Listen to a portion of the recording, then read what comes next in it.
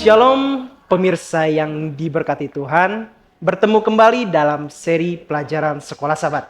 Sebelum kita memulai pelajaran Sekolah Sabat kita, mari kita berdoa.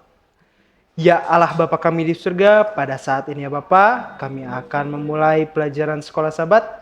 Kiranya Engkau membimbing kami dalam mempelajarinya dan mendengarkan akan firman-Mu ini ya Bapa. Dalam putramu, Yesus Kristus Juru Selamat, kami berdoa. Amin. Pelajaran Sekolah Sabat kita pada hari Senin 31 Maret 2025 berjudul Tuhan ingin dipahami. Tidak ada yang membuat frustasi seperti kebutuhan mendesak untuk berkomunikasi. Mungkin di klinik atau apotek saat berada di negara asing, di mana Anda hampir tidak bisa berbicara bahasa setempat.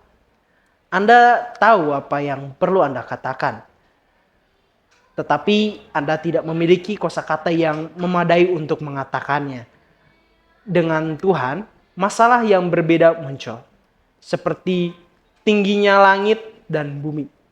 Dia katakan, demikianlah tingginya jalanku dari jalanmu, dan rancanganku dari rancanganmu. Itu terdapat di Yesaya 55 ayat 9. Bapak Ibu sekalian, masalahnya bukanlah Tuhan tidak memiliki kosakata untuk berkomunikasi dengan kita. Tetapi masalahnya adalah kita tidak memiliki kosakata atau kapasitas intelektual untuk memahami Dia sepenuhnya. Apakah yang ayat-ayat berikut ini sarankan tentang pemahaman Tuhan dibandingkan dengan pemahaman kita sendiri? Kita lihat di Mazmur 139 ayat 1-6.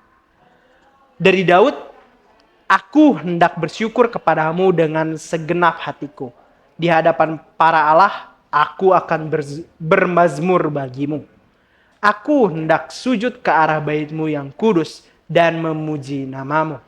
Oleh karena kasih-Mu dan oleh karena setiamu, sebab kau buat namamu dan janji-Mu melebihi segala sesuatu. Pada hari aku berseru, Engkau pun menjawab aku, Engkau menambahkan kekuatan dalam jiwaku. Semua raja di bumi akan bersyukur kepadamu, ya Tuhan.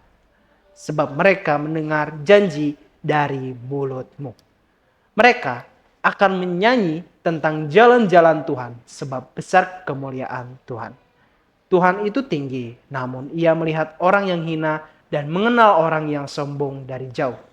Dan dalam Mazmur 147 ayat 5, besarlah Tuhan kita dan berlimpah kekuatan, kebijaksanaannya tak terhingga. Dalam Roma 11 ayat 33, oh alangkah dalamnya kekayaan, hikmat dan pengetahuan Allah. Sungguh tak terselidiki keputusan-keputusannya dan sungguh tak terselami jalan-jalannya. Dalam 1 Yohanes 3 ayat 20, sebab jika kita dituduh olehnya, Allah adalah lebih besar daripada hati kita, serta mengetahui segala sesuatu. Kebenaran dari masalah ini adalah bahwa kita tidak akan pernah sepenuhnya memahami pikiran Tuhan, karena Dia tidak terbatas dan maha tahu tentunya. Lagi pula, kita hampir tidak bisa memahami segala sesuatu tentang penciptaan. Bagaimana kita bisa sepenuhnya memahami penciptanya? Kita tidak bisa. Meskipun kita tidak akan pernah mengerti segalanya, kita dapat memahami apa yang diperlukan untuk keselamatan kita. Jika kita lihat dalam 2 Timotius 3 ayat 14 dan 15, dalam ayat 14, tetapi hendaklah engkau tetap berpegang pada kebenaran yang telah engkau terima dan engkau yakini, dengan selalu mengingat orang yang telah mengajarkannya kepadamu. Dan dalam ayat 15, ingatlah juga bahwa dari kecil engkau sudah mengenal kitab suci yang dapat memberi hikmat kepadamu dan menuntun engkau kepada keselamatan oleh iman kepada Kristus Yesus. Ketika para rasul menjelaskan Injil kepada pendengar mereka, mereka sering merujuk pada nubuatan yang digenapi, yang darinya kita dapat menyimpulkan bahwa salah satu tujuan utama nubuatan adalah untuk mengilustrasikan rencana keselamatan. Memang pada akhirnya nubuatan Alkitab pada puncaknya harus menuntun kita kepada Yesus dan janji keselamatan yang Dia tawarkan kepada seluruh umat manusia. Lagi pula Tuhan yang melaluinya segala sesuatu diciptakan, jika kita lihat dalam Kolose 1 ayat 16 dan Yohanes 1 ayat 1-3, turun ke bumi ini dan kemudian mempersembahkan dirinya sebagai korban di kayu salib untuk dosa setiap manusia, bahkan yang paling malang sekalipun.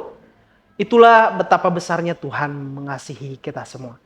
Dan setelah melakukan semua itu untuk kita, Tuhan jelas ingin semua orang, termasuk orang-orang malang, mengetahui apa yang Dia tawarkan kepada kita di dalam Yesus.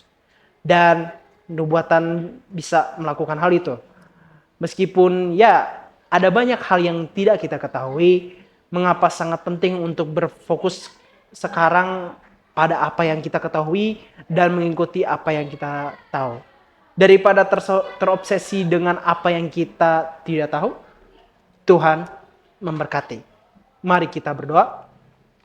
Ya Allah Bapa kami di surga, pada saat ini ya Bapa kami sudah mendengarkan firman-Mu. Kiranya firman yang sudah kami dengarkan dapat kami mengerti dan dapat menjadi bimbingan bagi kami ya Bapa. Kiranya firman ini bisa membuat kami dalam kehidupan kami mengerti akan nubuatan-nubuatan-Mu dan akan apa rencana yang sudah Kau rencanakan ya Bapa. Kiranya Engkau juga memberkati para pemirsa yang sudah menonton video ini dan sudah mendengarkan firman ini, supaya mereka dapat diberkati dalam kesehariannya dan dapat diberkati dalam segala aktivitasnya ya Bapa. Kiranya Engkau selalu menyertai kami ya Bapa, dalam Putra-Mu, Yesus Kristus Juru Selamat. Kami berdoa. Amin.